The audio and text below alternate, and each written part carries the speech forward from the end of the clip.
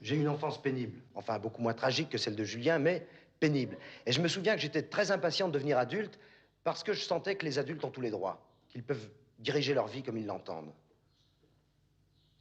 Un adulte malheureux peut recommencer sa vie ailleurs, peut repartir à zéro.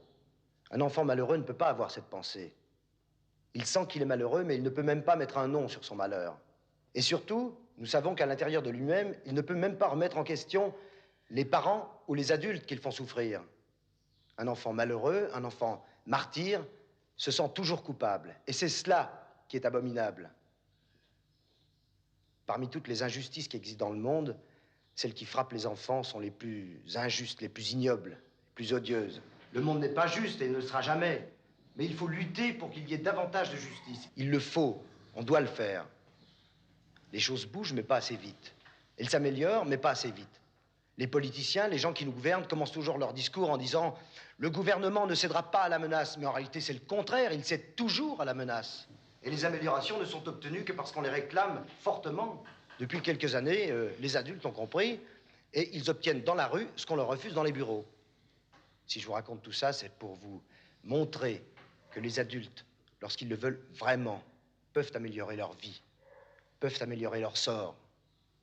Mais dans toutes ces luttes, les enfants sont oubliés. Il n'existe aucun parti politique qui s'occupe réellement des enfants comme Julien ou des enfants comme vous. Et il y a une raison à cela. C'est que les enfants ne sont pas des électeurs. Si on donnait le droit de vote aux enfants, vous pourriez réclamer davantage de crèches, davantage d'assistantes sociales, davantage de n'importe quoi, et vous l'obtiendriez, car les députés voudraient avoir vos voix. Par exemple, vous pourriez obtenir le droit d'arriver 1 heure plus tard à l'école en hiver, au lieu de venir en courant dans la nuit. Je voulais vous dire aussi, c'est parce que je garde un mauvais souvenir de ma jeunesse et que je n'aime pas la façon dont on s'occupe des enfants que j'ai choisi, moi, de faire le métier que je fais, être instituteur. La vie n'est pas facile, elle est dure. Et il est important que vous appreniez à vous endurcir pour pouvoir l'affronter. Attention, je ne dis pas à vous durcir, mais à vous endurcir. Par une sorte de balance bizarre, ceux qui ont eu une jeunesse difficile sont souvent mieux armés pour affronter la vie adulte que ceux qui ont été très protégés ou très aimés. C'est une sorte de loi de compensation.